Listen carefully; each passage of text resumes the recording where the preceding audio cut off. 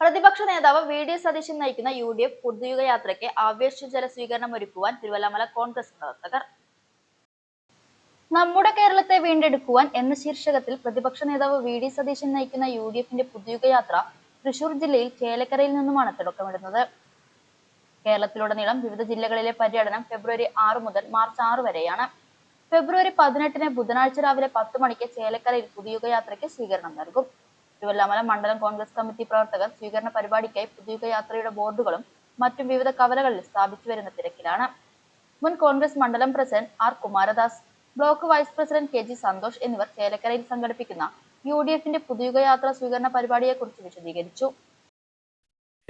കേരളത്തിലുടനീളം നല്ല ആവേശമാണ്. ആ ആവേശം തിരുവില്ലാമലയിൽ നിന്നും ഞങ്ങൾ നൽകുന്നതാണ്. ഏറ്റവും കൂടുതൽ ജനങ്ങളെ പങ്കെടുപ്പിച്ചുകൊണ്ട് തിരുവില്ലാമല മണ്ഡലത്തിൽ നിന്ന് ഒത്തിരി ജനങ്ങളെ പങ്കെടുപ്പിച്ചുകൊണ്ട് വൻ വിജയമാക്കാൻ ഞങ്ങൾ പ്രയത്നിക്കുകയാണ്. 2 ദിവസമായി അതിൻ്റെ ഒരുക്കുമാനത്തിലാണ്. എല്ലാവിധ പിന്തുണയും ജനങ്ങളുടെ ഭാഗത്തു നിന്ന് ഞങ്ങൾക്ക് ഉണ്ടായിട്ടുണ്ട്. എന്തായാലും ഈ പുതുയുഗ യാത്ര വൻ വിജയമാക്കാൻ ഞങ്ങൾ ശ്രമിക്കുന്നതാണ്.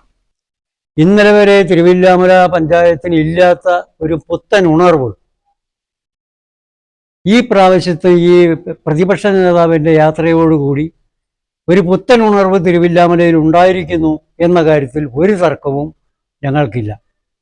ഞങ്ങളെ സംബന്ധിച്ച് ഞങ്ങളാൽ കഴിയുന്ന വിധത്തിൽ ഈ ജാഥയും ബാക്കി അതിനോട് അനുബന്ധ കാര്യങ്ങളും അതിഗംഭീരമാക്കാൻ ഞങ്ങളുടെ ഭാഗത്തുനിന്ന് എല്ലാവിധ പിന്തുണയും സഹായവും സഹകരണവും എല്ലാം ഉണ്ടാകും എന്നറിയിക്കാൻ ഈ അവസരം ഞാൻ ഉപയോഗപ്പെടുത്തും. കോൺഗ്രസ് ബൂത്ത് പ്രസിഡന്റുമാരായ എ ഉണ്ണികൃഷ്ണൻ, രാജൻ കാളിക്കട, ശങ്കർ എന്നിവർ സന്നിഹിതരായിരുന്നു.